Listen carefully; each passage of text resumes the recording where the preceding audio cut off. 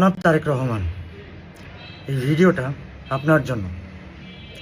আপনি এছাড়া পুরো বাংলাদেশ আমরা জানি যে সীতাকুণ্ডের 7 বছরের একটা বাচ্চাকে একটা জানোয়ার বলা ভুল হবে, ও আসলে জানোয়ারের কাতারেও পড়ে না, বয়স্ক দেখতে একটা অমানুষ, ও আসলে কিসের কাতারে পড়ে এটা বলতে পারবো না।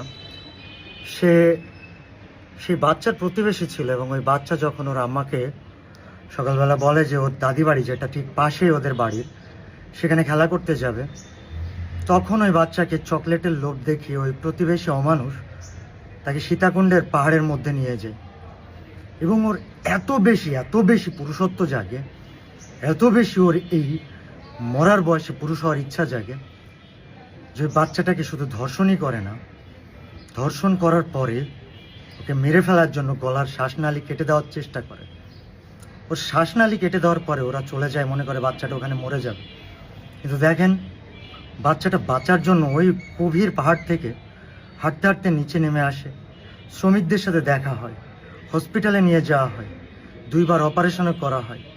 বাচ্চাটা বারবার পানি চাইতে থাকে, কিন্তু যেহেতু তার শ্বাসনালী কেটে দেওয়া হয়েছে এবং অপারেশন চলেছে তার, সেহেতু ডাক্তাররা তাকে পানিটা পর্যন্ত দিতে নিষেধ করে, আর পানি চাইতে চাইতে বাচ্চাটা মারা যায়।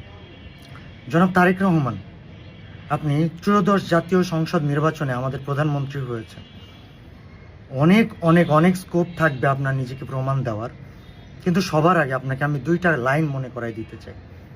1 নাম্বার, আপনি একজন মেয়ের পিতা।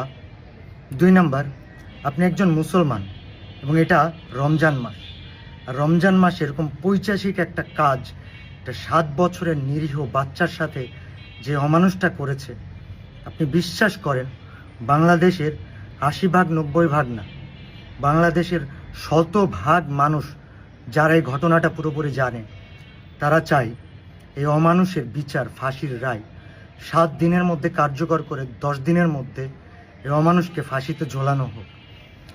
ঠিক মার্চ মাসের 12 তারিখে আপনাদের প্রথম 13শ জাতীয় সংসদের অধিবেশন। জনাব তারেক রহমান, আমরা জেনজি জেনারেশন এবং আমাদের কাছ থেকে আপনাদের কাছে চাওয়ার অনেক কিছু আছে। পুরো জেনজিদের পক্ষ থেকে আমি একটা চাওয়া চাইতেছি আপনার কাছে। জনাব তারেক রহমান, 13শ জাতীয় সংসদের প্রথম অধিবেশনে এই ধরনের অমানসিক ধর্ষকদের শাস্তি 10 দিনের মধ্যে নিশ্চিত করার জন্য যা কিছু করা লাগে করে, এই রমজান মাস চলে যাওয়ার আগে, ঈদের আগে এই ধর্ষকের ফাঁসি দিয়ে আমাদের মনে ঈদের আনন্দ এনে দিন প্লিজ।